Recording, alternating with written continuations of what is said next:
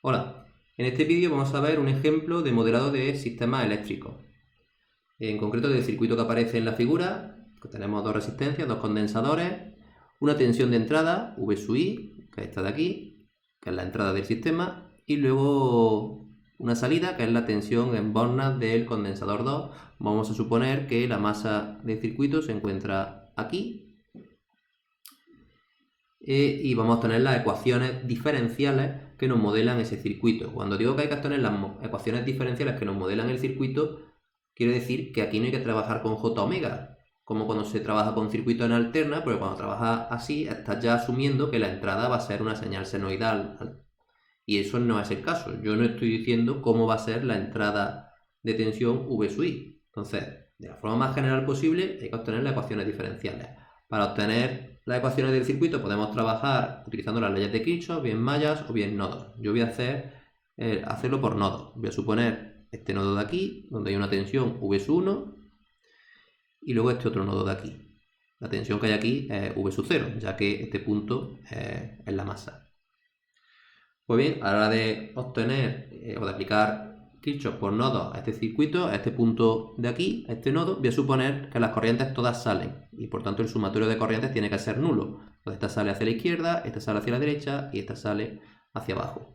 Bien, la corriente que sale hacia la izquierda pues será igual, como pasa por una resistencia, a la diferencia de potencial en esa resistencia, V1 menos VI partido por R1. Esa sería la corriente que atraviesa la resistencia, más la corriente que sale por aquí hacia la derecha, que pasa por la resistencia R2, haciendo algo similar, sería V1 menos V0 partido por R2, más la corriente que viene hacia abajo, por el condensador C1.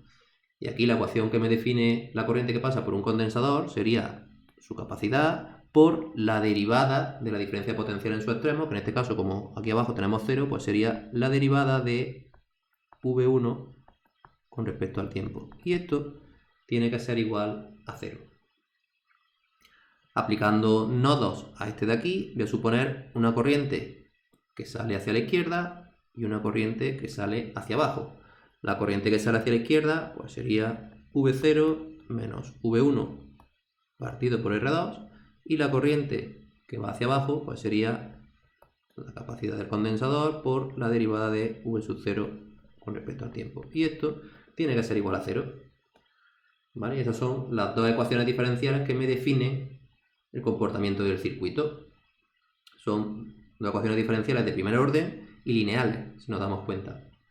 Si yo quisiera obtener la función de transferencia de V sub 0 con respecto a V sub I, ¿vale?, de mi salida con respecto a la entrada, tendría que aplicar, bueno, aquí tengo el sistema, tendría que aplicar transformada de Laplace con condiciones iniciales nulas.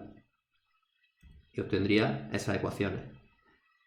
Ahora, si yo quiero esta función de transferencia, V0 con respecto de VI, vemos que aquí aparece también V sub 1, que es esta tensión en este punto, que a mí no me interesa en principio. Pues bueno, de esta ecuación segunda yo veo que aquí solamente aparecen V0 y V1. Luego de esta ecuación yo puedo obtener una expresión de V1 como función de V0. Y cuando la obtenga, pues sustituyo aquí arriba. Y ya entonces arriba solamente me quedará una ecuación que dependa de VI y V0. Entonces eso es un poco lo que hago aquí. Primero ordeno un poco la ecuación de arriba, agrupando los términos que acompañan o los coeficientes que acompañan a cada tensión. Y aquí abajo, pues, como hemos dicho, en esta ecuación, despejo V1 en función de V sub 0. Y ahora este término de aquí lo sustituyo aquí, quedándome esta ecuación, que como vemos, ya he dicho antes, depende solamente de VI y de V0. Y entonces ya ahí, trabajando un poco, esto te dejo para que vosotros lo hagáis a mano, puedo obtener esta función de transferencia que me da la tensión, la transformada de Laplace de la tensión de salida con respecto a la transformada de Laplace de la tensión de entrada. O sea, mi función de transferencia de esta salida, de esta tensión de salida con respecto a esta tensión de entrada. Fijaros que obtenemos una función de transferencia que tiene grado 2 en el denominador, tiene dos polos, lo cual está en consonancia con mi sistema de ecuaciones diferenciales original, donde aparecen dos derivadas de primer orden y por tanto va a haber dos estados.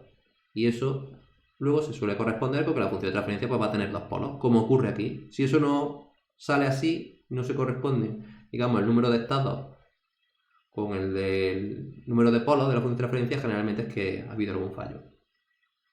Pues bien, esto sería un ejemplo de modelado de sistemas eléctricos. En estos casos, pues casi siempre, ya digo, se resuelven aplicando Kirchhoff bien nodo por nodo o bien por mallas.